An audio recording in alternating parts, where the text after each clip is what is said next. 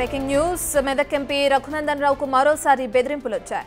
రఘునందన్ రావుకు ఫోన్ చేసిన ఆగంతకులు కాసేపట్లో నిన్ను చంపేస్తామంటూ బెదిరించారు.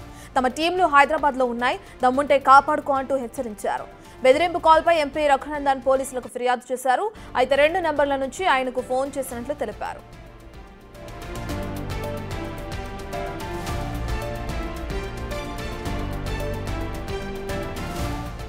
ఆపరేషన్ కగార్ని ఆపాలంటూ డిమాండ్ చేస్తూ కూడా రఘునందన్ రావుకి ఇటువంటి బెదిరింపు కాల్స్ రావటం మనం చూస్తున్నాం. దీనికి సంబంధించిన పూర్తి డీటెయిల్స్ అందించడానికి మా ప్రతినిధి దుర్గారెడ్డి అందుబాటులో ఉన్నారు. రైట్ దుర్గారెడ్డి, బెదిరింపు కాల్స్ కి సంబంధించిన డీటెయిల్స్ ఏ విధంగా ఉన్నాయి? పోలీసులు కేసు నమోదు చేసుకున్నారా? విచారణ ఎక్కడి వరకు వచ్చింది? రత్న, మెదక్ ఎంపీ రఘునందన్ రావుకు మాత్రము జూన్ 23 మళ్ళీ ఈ రోజు కూడా 12 గంటల 6 నిమిషాలకు 12 గంటల 14 నిమిషాలకు 2 వేర్వేరు నెంబర్ల నుంచి కూడా బెదిరింపు కాల్స్ వచ్చినాయి.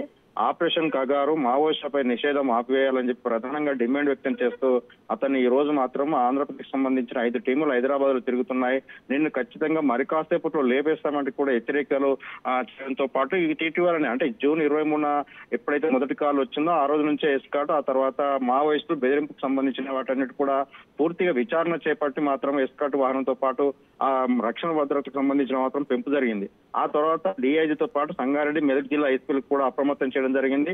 గత జూన్ 23 వచ్చిన కాల్ ఎక్కడి నుంచి వచ్చింది, ఏ విషయం అని చెప్పి వాళ్ళు విచారణ చేస్తే ఆ సమయంలోనే మరోసారి కూడా ఈ రోజు 2 సార్లు కూడా 2 వేరు నెంబర్లు ఒకే సమయంలో రావడం కొంత ఆందోళనకు గురి చేసిన పరిస్థితి కనిపించట్లేదు. ఆ తర్వాత కూడా మాధవి రఘునందన్ రావు మెదక్ ఎంపీ ఇటీవల కాలు గాయమే హైదరాబాద్ లో శిక్ష పొందుతూ విచారణ తీసుకుంటున్న సమయంలోనే 5 టీములు ఉన్నాయి, మీరు ఒకవేళ ఆపరేషన్ కగారు ఆపకపోతే ఖచ్చితంగా లేపేస్తామని చెప్పి కూడా హెచ్చరికలు చేసినట్టు తెలుస్తుంది. వీటిపై కూడా పూర్తిగా పోలీసులు కూడా డిఐజీతో పాటు రాష్ట్ర వ్యాప్తంగా అలర్ట్ అయ్యి కూడా ఎక్కడి నుంచి చేస్తున్నారు, వీళ్ళు ఎవరని కూడా విచారణ అయితే వేగవంతం చేసినట్టు తెలుస్తుంది. తర్వాత ఈ నెంబర్ ట్రేస్ అవుట్ చేసిన తర్వాత ఎవరెవరు ఎందుకు చేశారనే విషయం బయటకు వచ్చే అవకాశాలు అయితే కనిపిస్తున్నాయి.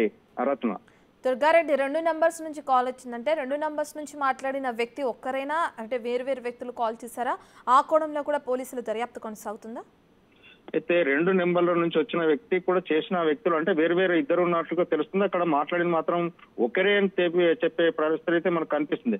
అంటే వాస్తవాన్ని చూసినట్లయితే రఘునందన్ రావుకు మొదటగా వచ్చిన నెంబర్కు ఆ తర్వాత ఈ రోజు వచ్చిన నెంబర్లకు ఆ తేడా ఉంది. అంటే మొదట వచ్చిన నెంబర్లతో పాటు ఈ రోజు వచ్చిన 2 నెంబర్లు 9489556347 ఒకటి, ఆ తర్వాత 7365035400 4440 నుంచి వచ్చింది. ఆ తర్వాత 2 నెంబర్లు మొదటి నెంబర్కు అంటే వాయిస్ ఏమైనా తేడా ఉందా, లేకుంటే వాయిస్ చేసిన వాళ్ళు ఒకే రకంగా ఉందని చెప్పి కూడా ఆ విషయంలో కూడా విచారణ అయితే వేగవంతం చేసినట్టు తెలుస్తుంది. ఆ రఘునందన్ రావు ఎక్కడ ఉంటున్నాడో సేఫ్ గా కోసం అందని, లేకపోతే మా పరిస్థితి అంటే ఒకవేళ మీరు బయటకు వెళ్లే అవకాశం ఉన్నా మాకు కొంత ఇన్ఫర్మేషన్ ఇవ్వాలని చెప్పి రాష్ట్ర డీజీపీ మాత్రం కొంత సమాచారం అందించినట్టు తెలుస్తుంది.